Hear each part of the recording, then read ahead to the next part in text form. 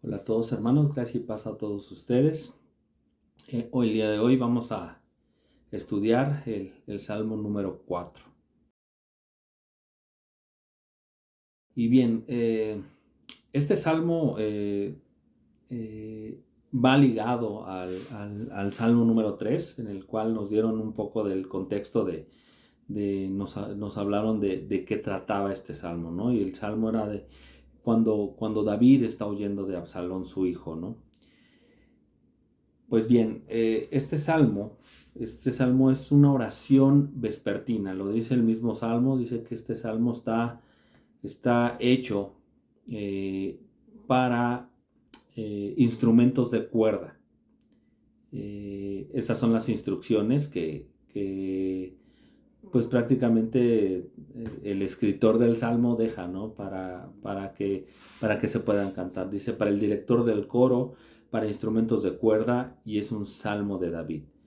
Es una oración vespertina de confianza a Dios.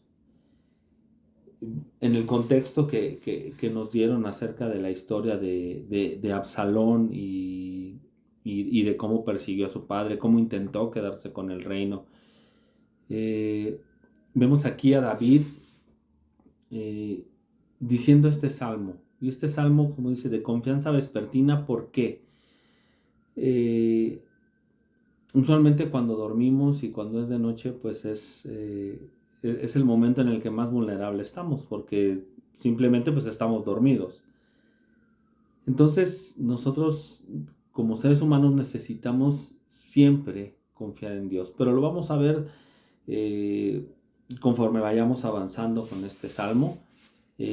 Aparte, este salmo tiene una estructura bastante interesante porque este salmo está escrito, si es como una canción, es como tal ese salmo, ¿no? Que se canta, pero está estructurado como si fuera una prédica prácticamente. Eso llamó mucho mi atención porque la forma en que está hablando David, la forma a las personas a las que les habla.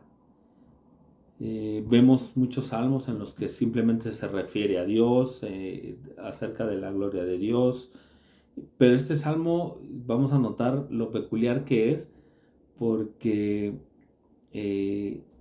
habla mucho a las personas, sobre todo a las personas, a los hombres que lo están persiguiendo.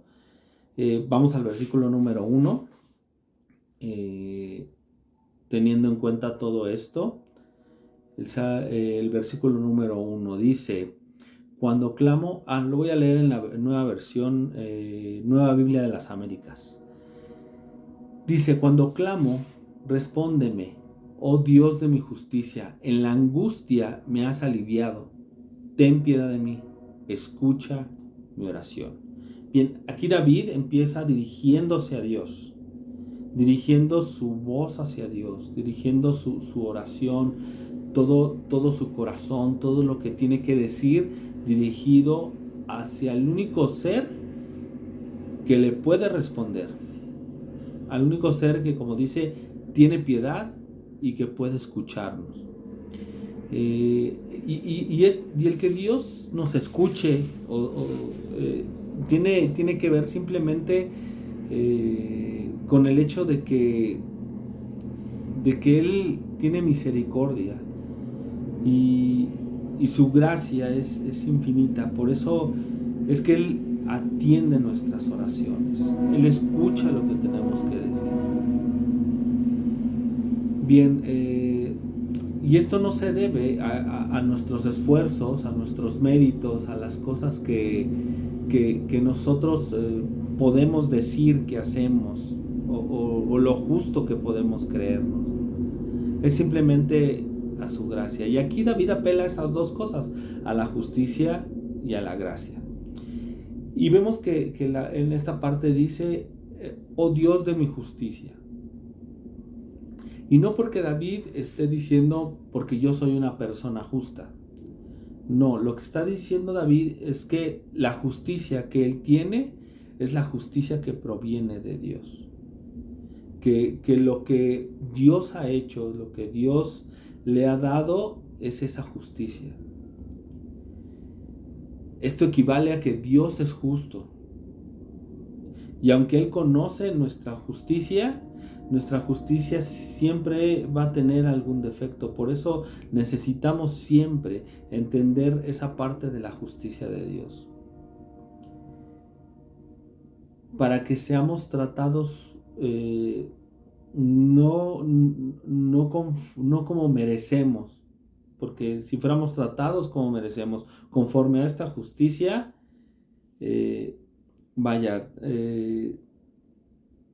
estaríamos en graves problemas.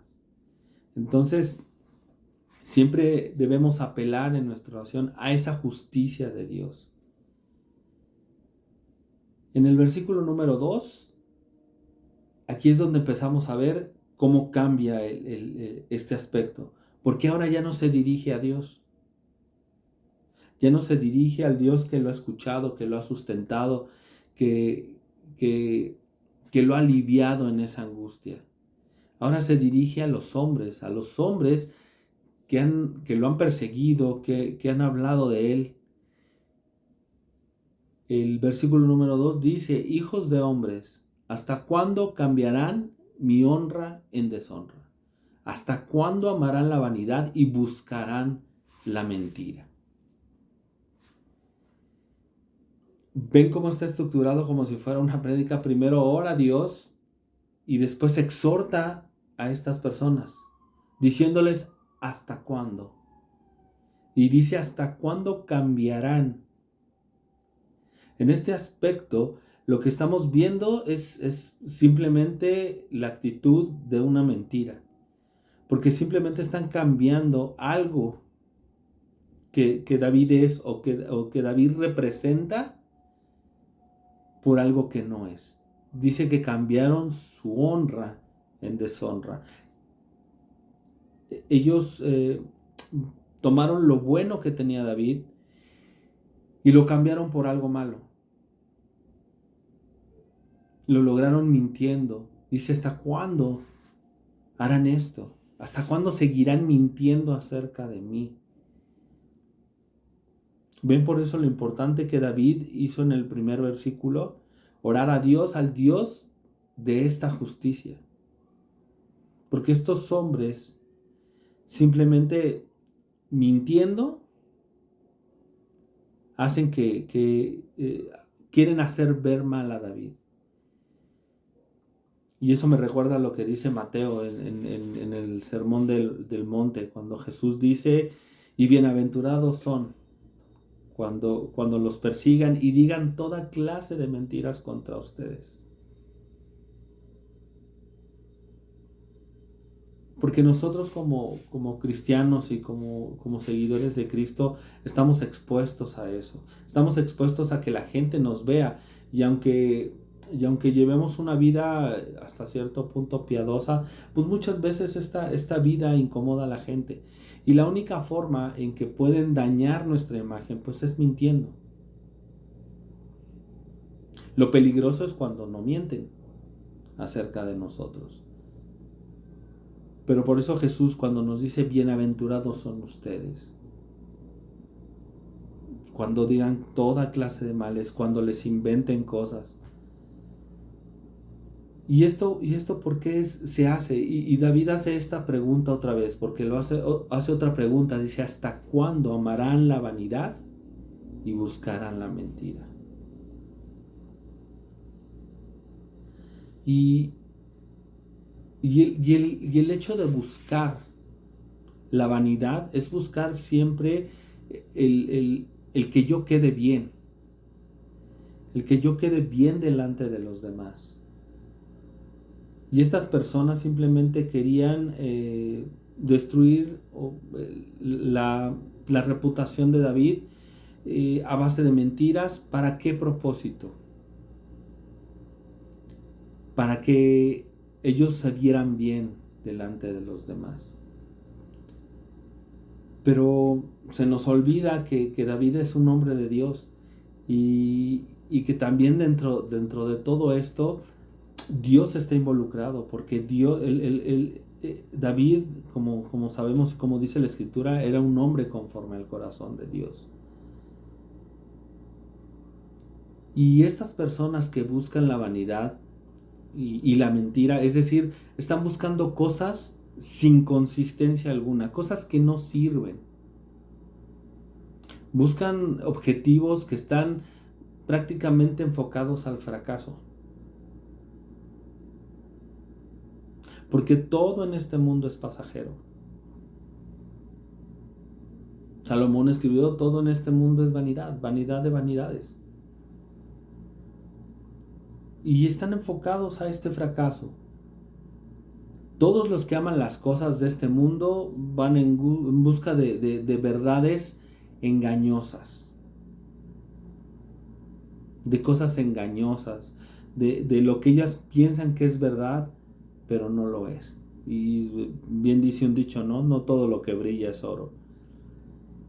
Y bien, en una traducción, en la traducción de la Septuaginta, ellos traducen, dice: ¿hasta cuándo estarán endurecidos de corazón? Y ese es un punto central, el endurecimiento del corazón. Porque estos hombres lo que necesitaban es un corazón de carne.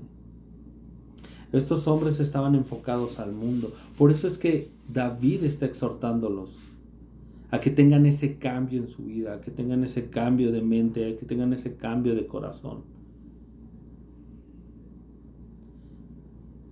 Por eso es que clama: ¿hasta cuándo lo harán?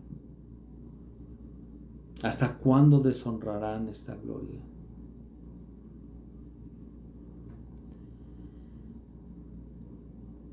Y bien, entonces, seguimos con el versículo número 3. Dice: sepan, pues, que el Señor ha apartado al piadoso para sí. El Señor oye cuando a Él clamo. Y aquí, ¿qué es lo que está haciendo David? Aquí les está mostrando ese favor que tenemos los hijos de Dios. Y aquí David, pues implícitamente se está diciendo, él se está poniendo en un lugar de un hombre piadoso. ¿Y qué significa esto de piadoso? Un hombre que sirve a Dios, que lo que hace trata de darle la gloria a Dios, que por su manera de vivir busca las cosas de Dios, busca vivir esa vida que Dios quiere que vivamos. Y esto nos da este privilegio de ser hijos de Dios. De que Dios nos tome y nos dé de ese favor. En Lucas 11, del versículo 11 al 13, dice, y hemos escuchado esto, dice: supongan que alguno de ustedes que es padre, su hijo le pide un pan. ¿Acaso le dará una piedra? O si le pide un pescado, ¿acaso le dará una serpiente en lugar del pescado? O si le pide un huevo, ¿acaso le dará un escorpión? Pues si ustedes, siendo malos, saben dar buenas dádivas a sus hijos, ¿cuánto más su Padre Celestial dará el Espíritu Santo a los que le pidan? Las cosas que nos da Dios van más allá de todo esto. Y Él lo hace simplemente porque somos sus hijos. A veces nosotros no nos enfocamos y no vemos las cosas que Él nos da o las cosas que Él hace. En alguna ocasión meditaba en esto, ¿no? En las circunstancias de nuestra vida y en las circunstancias que tenemos, ¿no? Nosotros a veces queremos cambiar las circunstancias de nuestra vida. Queremos que Dios cambie las cosas que nos estorban y nos molestan. Pero a veces no pedimos que todas estas circunstancias y estas cosas que nos están afectando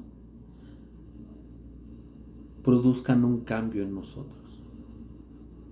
un cambio de confianza plena en Dios. Y vemos lo que está haciendo aquí David. David está diciendo, yo soy un hombre piadoso, yo soy un hombre que confía en Dios, por eso Dios me escucha. Y les está diciendo a estos hombres que atiendan esto. En el versículo número 4 les dice esta parte, les dice, tiemblen y no pequen, mediten en su corazón, sobre su lecho y callen. Y aquí vemos una palabra, una palabra que está escrita en los Salmos, que es Selah, que significa simplemente pausa. Y mientras leía este salmo y vi la palabra Selah, dije, claro que sí, pues aquí viene una pausa. En lo que les está diciendo David, dice, tiemblen y no pequen, mediten en su corazón sobre el lecho y callen. Por eso viene esta pausa, para que puedas meditar, para que puedas ver en tu corazón, meditar lo que hemos hecho. Aquí David los está amonestando contra el pecado. Por eso te digo que esto es como una prédica, más bien es un salmo, pero parece una prédica. Dice, les amonesta contra el pecado. Les dice, tiemblen y no pequen. Y este verbo de temblar, de tiemblen, es el verbo en hebreo ragaz, y que indica, lo que dice es que es una conmoción física. Una conmoción física, ese temblor de temor, de miedo. Y lo que les está diciendo David, tengan miedo de pecar. El verbo jatá, que significa pecar, que significa errar en el blanco, y eso es curioso porque lo mismo significa también la palabra en griego. En este contexto es como temer, ir contra la voluntad de Dios, contra la voluntad de ese Dios que a nosotros como hijos nos favorece. Porque aquí debemos notar que si bien David les está hablando a personas que podríamos nosotros decir, personas del mundo, personas incrédulas, que no creen en el mismo Dios que nosotros. Si lo aterrizamos a nuestra vida, son estas personas que hablan mal del cristianismo, que hablan mal de nosotros, que hablan mal de Dios, que eso es lo más peligroso. Por eso les dice, tiemblen y no pequen, teman ir contra la voluntad de Dios, porque a fin de cuentas Dios hará inútiles todas estas peleas, todas estas palabras.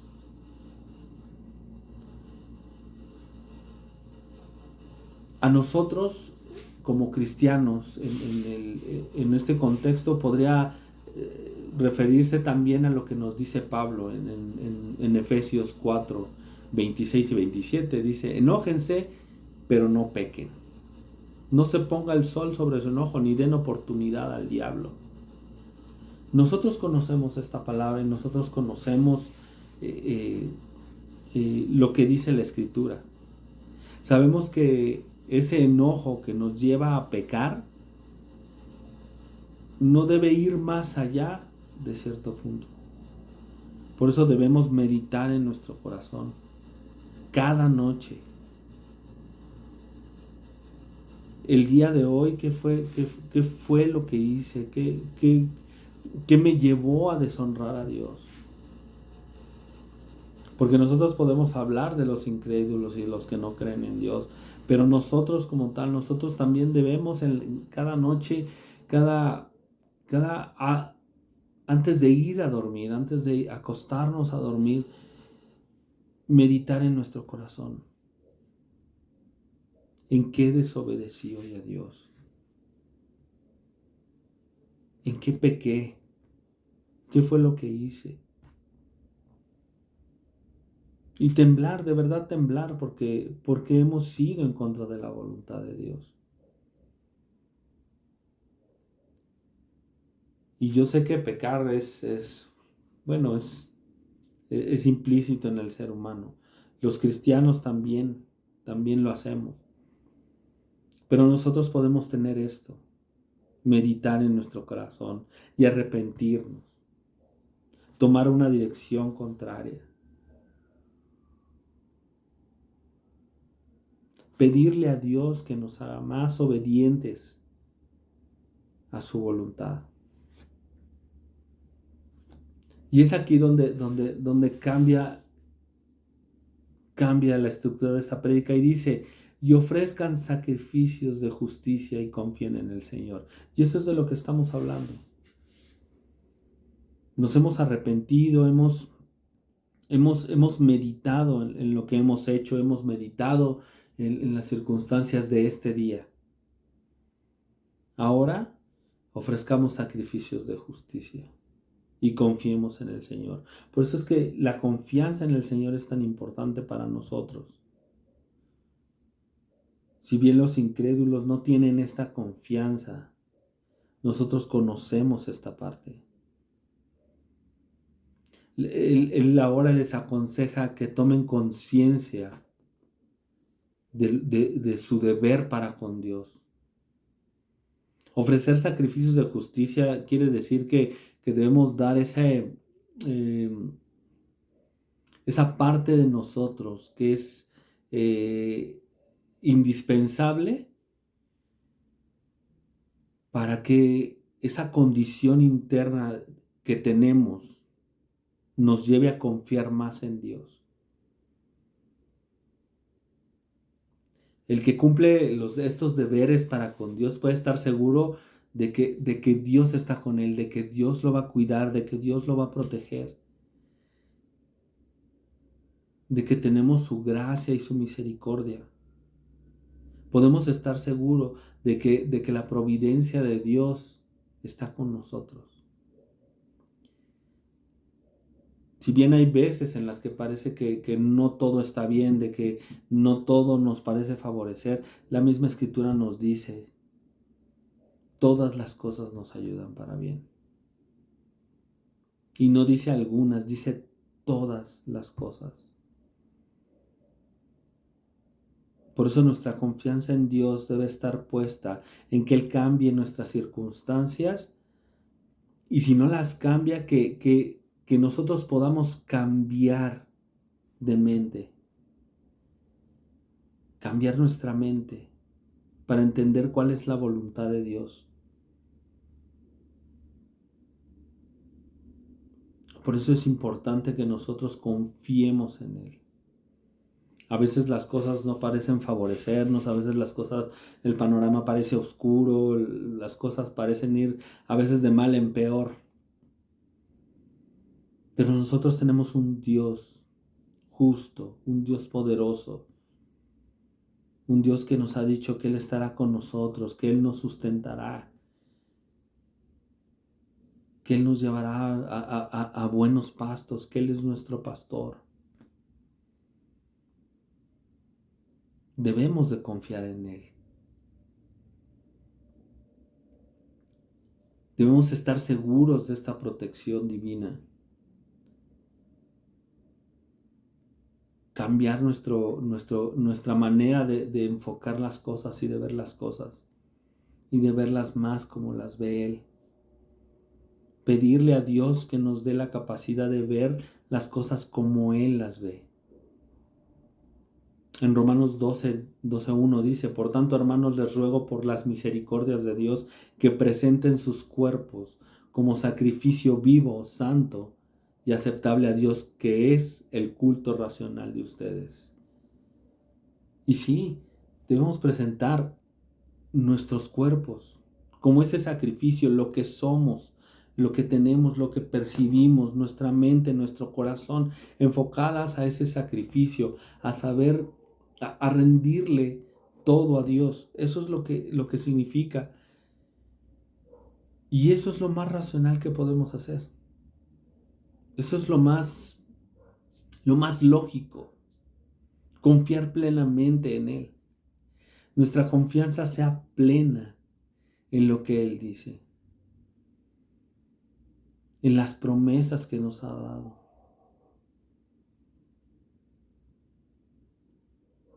Y es hermoso pensar en estas palabras de Jesús cuando Jesús nos dijo, y yo estaré con ustedes todos los días hasta el fin de los tiempos.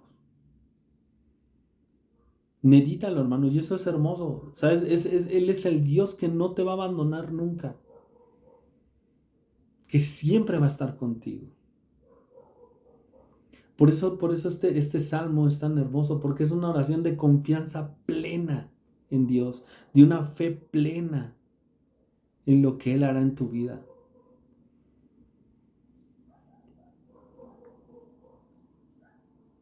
En el versículo 6 dice, muchos dicen, ¿quién nos mostrará el bien? Alza, oh Señor, sobre nosotros la luz de tu rostro. Alegría pusiste en mi corazón, mayor que la de ellos cuando abundan en su grano y en su vino nuevo.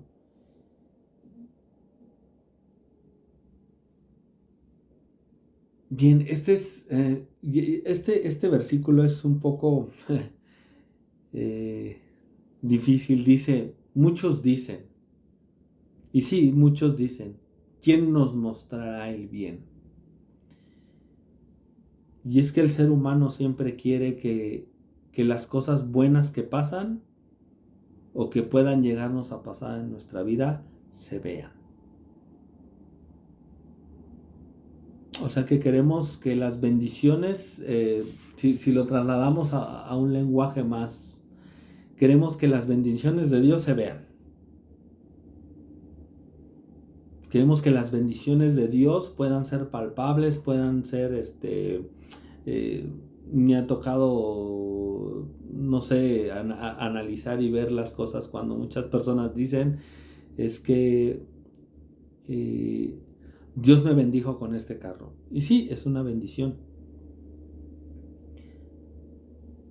Pero a veces, cuando vemos las cosas que Dios hace, siempre tenemos la extraña sensación de que si la bendición no se ve, a veces no es bendición.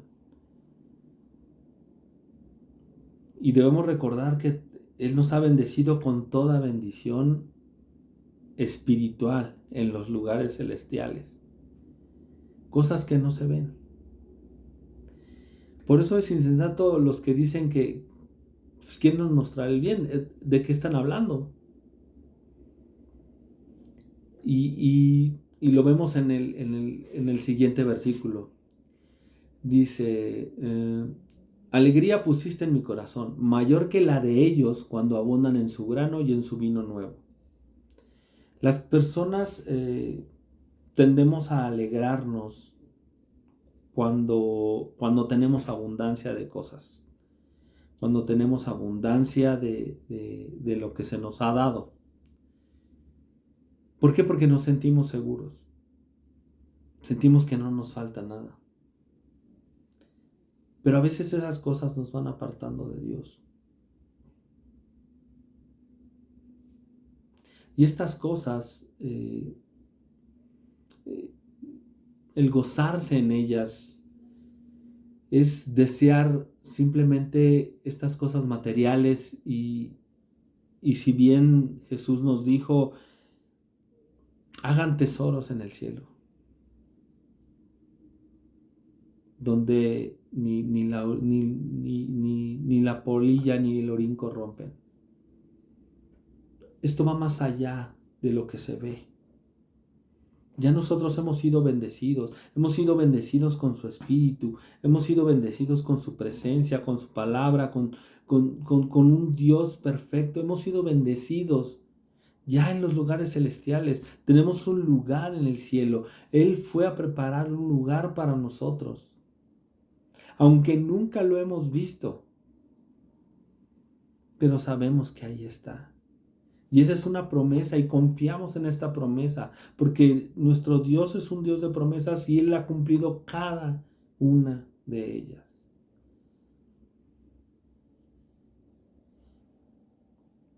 Muchas veces podemos no mostrar interés en las cosas de Dios y mostrar más interés en las cosas que se ven.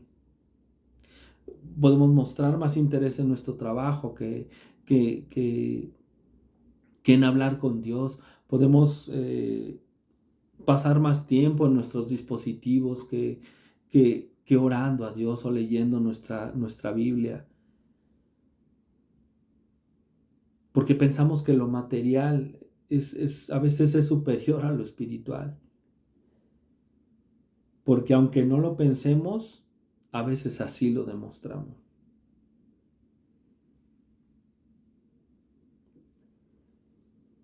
Las cosas que no se ven se perciben por fe.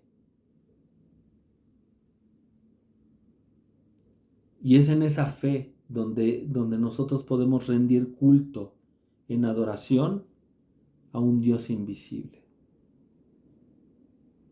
A un Dios que nunca hemos visto, pero sabemos que está ahí. Porque Él habita en su espíritu. Él habita en nosotros por su espíritu. Él nos ayuda en cada una de nuestras debilidades. Pero por eso David aquí nos está enseñando y nos está exhortando a que nosotros debamos confiar plenamente en Él. Y así David puede terminar este salmo con este versículo que muchos hemos orado, que muchos hemos dicho: en paz me acostaré y así también dormiré, porque solo tú, Señor, me haces vivir seguro. Porque solo tú, Dios, me puedes hacer que viva confiado. Confiado en que siempre me va a ir bien, ¿no? Confiado en que voy a tener riqueza y abundancia y que siempre voy a estar sano y siempre voy a tener salud, ¿no? En que simplemente estoy confiado en que tú estás conmigo, Señor. Eso es lo que David decía. Porque debemos recordar que David está pasando por una circunstancia muy complicada y muy difícil. Está siendo perseguido por sus enemigos, está siendo perseguido por su propio hijo. Por eso él apela al Dios soberano, al Dios altísimo, confiando en Él, en que todas las cosas le ayudarán para bien.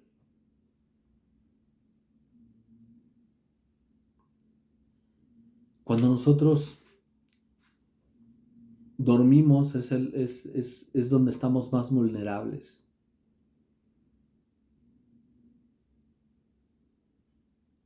Pero necesitamos confiar en Dios. Porque a veces dormimos, pero no sabemos si vamos a despertar.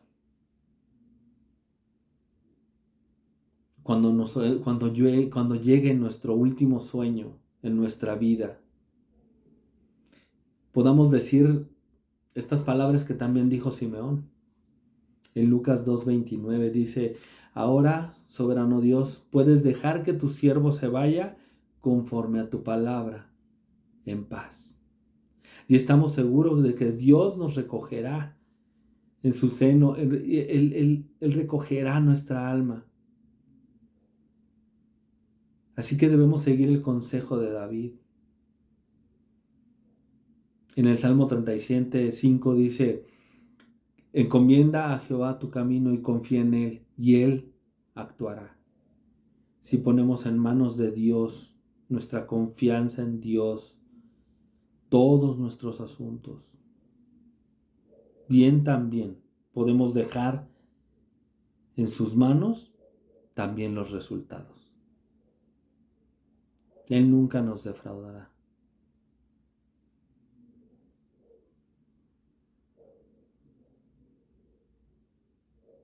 Él nunca que nos quedará mal. Siempre Él hará todo para hacernos más santos. Porque Él dice que hemos sido llamados a ser santos, a parecernos a su Hijo, Jesucristo. Y Él hará todas las cosas que tenga que hacer para que lo lleguemos, para que lleguemos a ser la imagen de su Hijo. Pero debemos confiar en Él, en las cosas que Él ha hecho y en las cosas que Él hará.